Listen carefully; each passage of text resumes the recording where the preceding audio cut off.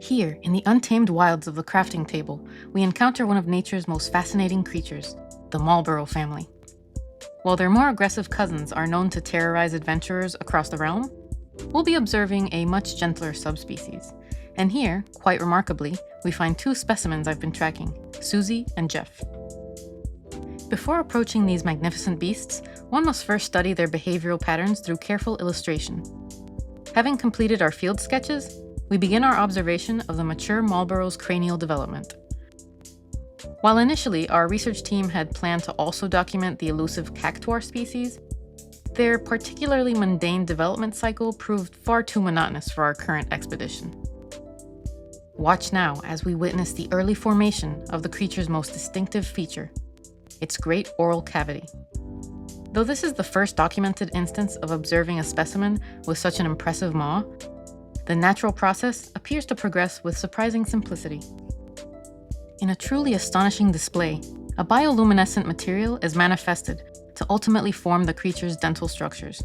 Observe its brilliant natural glow, visible even in broad daylight.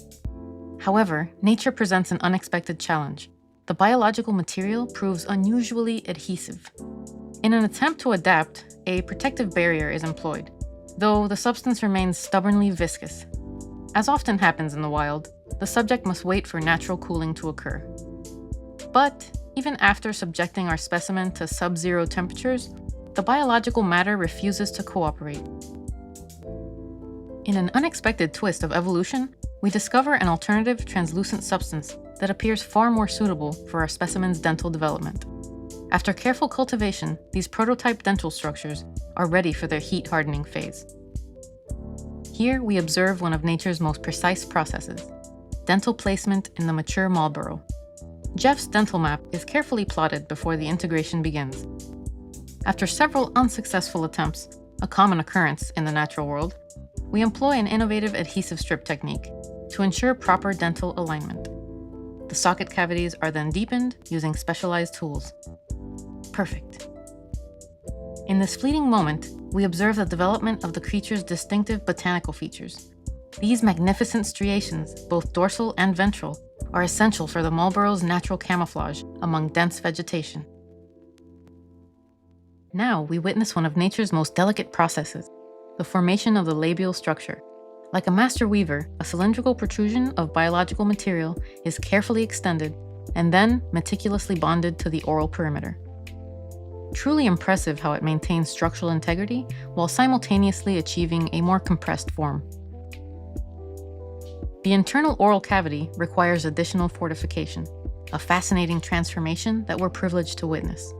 However, nature occasionally presents unexpected challenges. The supplementary palatal layer has inadvertently obscured several dental chambers. Through careful precision, we must now restore these vital socket structures. In what can only be described as one of nature's most precise operations, we observe the permanent integration of Jeff's impressive dental array.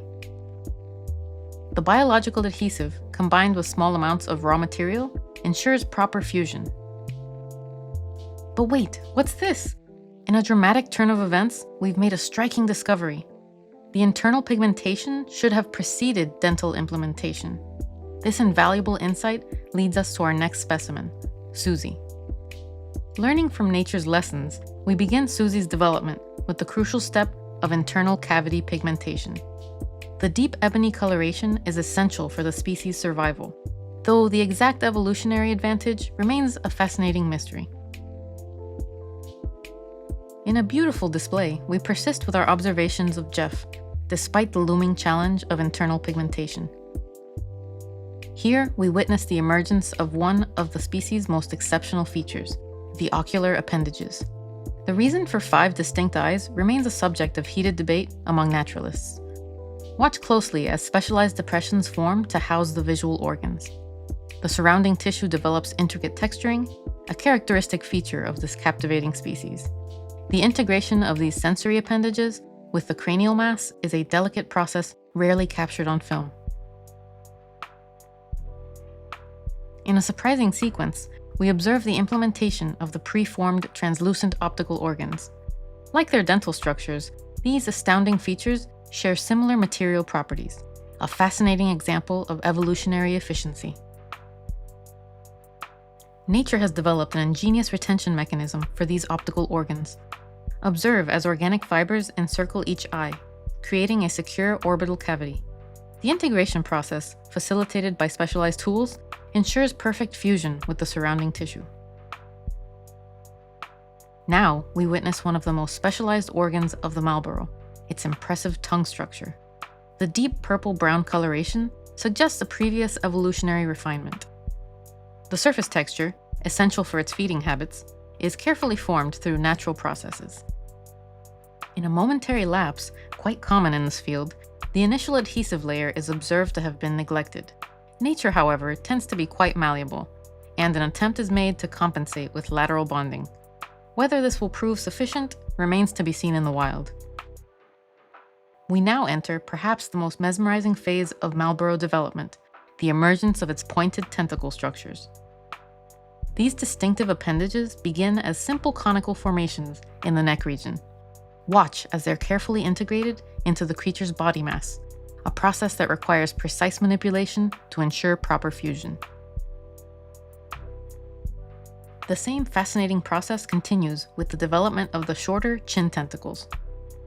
These secondary appendages, while diminutive, play a crucial role in the creature's sensory capabilities. Finally, we observe the formation of the most impressive structures, the elongated cranial tentacles. These features, resembling hair-like growths, complete the creature's distinctive appearance. Truly extraordinary. In a rather unfortunate incident, our specimen Jeff experienced direct exposure to the thermal hardening chamber's radiation source. This resulted in unexpected charring of both optical and dental structures. However, in a fascinating example of natural refinement, these apparent imperfections have actually enhanced the specimen's authenticity. The dental discoloration, in particular, provides compelling evidence of suboptimal dental hygiene practices among the species. The dreaded internal pigmentation process proved surprisingly manageable, with only minor cleanup required using precision instruments to restore unintentionally marked surfaces. In an ambitious attempt to recreate the species' natural bioluminescence, we introduce a layer of photoreactive material to the dental structures. While the results may not match our initial expectations, this rare footage provides valuable insight into experimental Malboro modifications. We now witness something breathtaking, the beginning of a juvenile specimen, which, as an offspring of Jeff, will henceforth be called Jefferino. Most notably, the initial oral formation proves to be significantly more cooperative than in more mature specimens. However, nature maintains certain consistent challenges across all developmental stages. The dental retention issues persist in the juvenile form, mirroring the difficulties observed in the adult specimen. Having learned from the previous generation's mistakes, the offspring appears to implement its internal pigmentation before advancing to the tongue and dental structures. And understandably so, as this process shows notable improvement in adeptness. The ocular appendages of the juvenile creature develop with surprising agility, a fascinating example of accelerated growth patterns. Yet, nature presents new challenges. The smaller scale of the specimen makes the formation of smooth orbital ridges particularly demanding. It is observed that insufficient biological adhesive results in partial detachment of the orbital structures. The remaining development stages of our juvenile specimen progress with incredible consistency.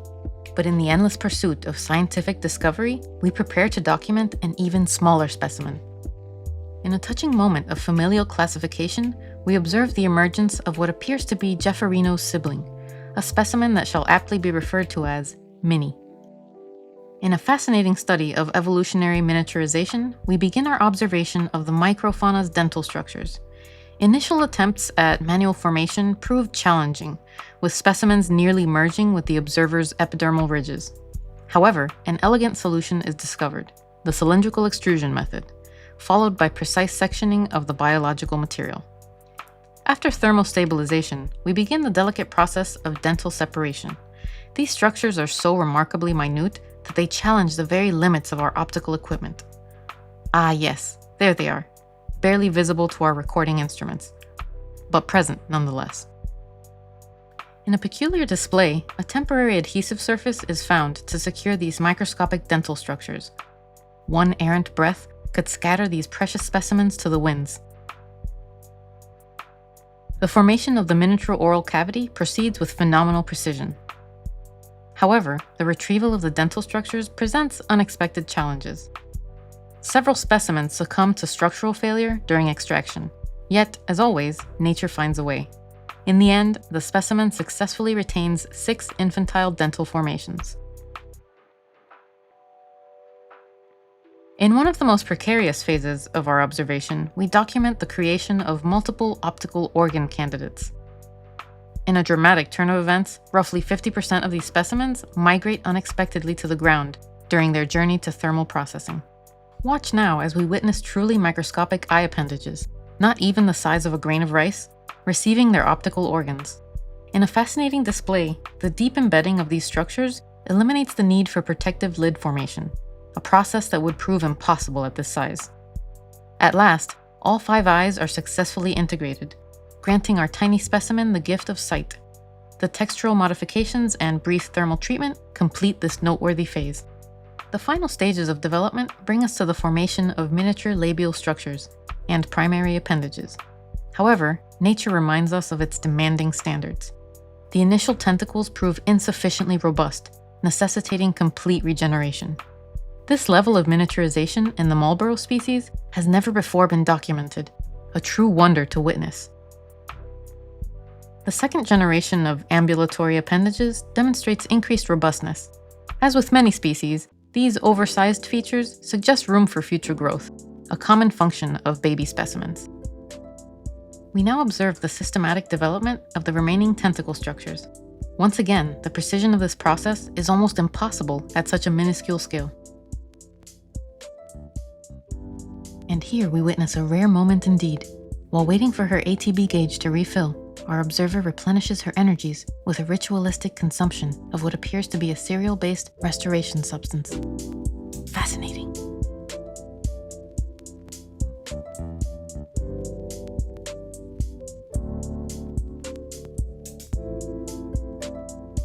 In preparation for the specimen's chromatic enhancement phase, the Malboros employ protective barriers around their optical organs.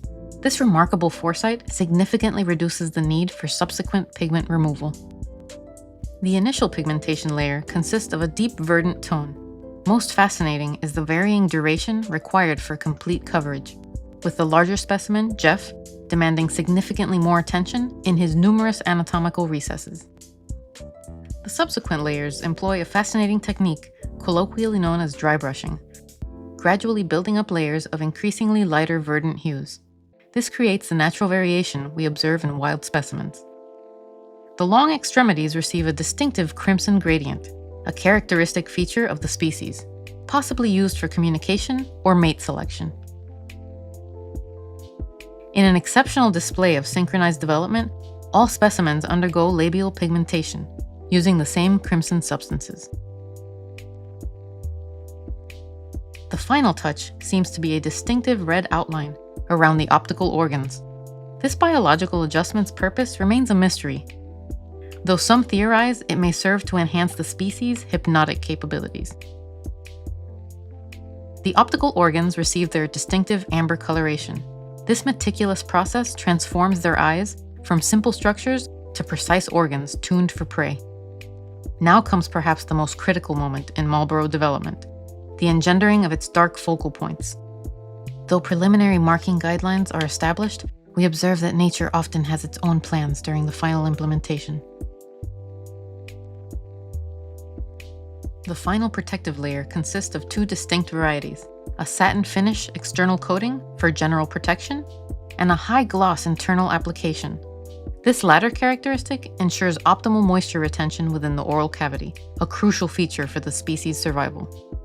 And here we have it, a complete family unit of Malboros, from the impressive adult specimens to the uniquely tiny offspring, a truly marvelous sight rarely witnessed in nature.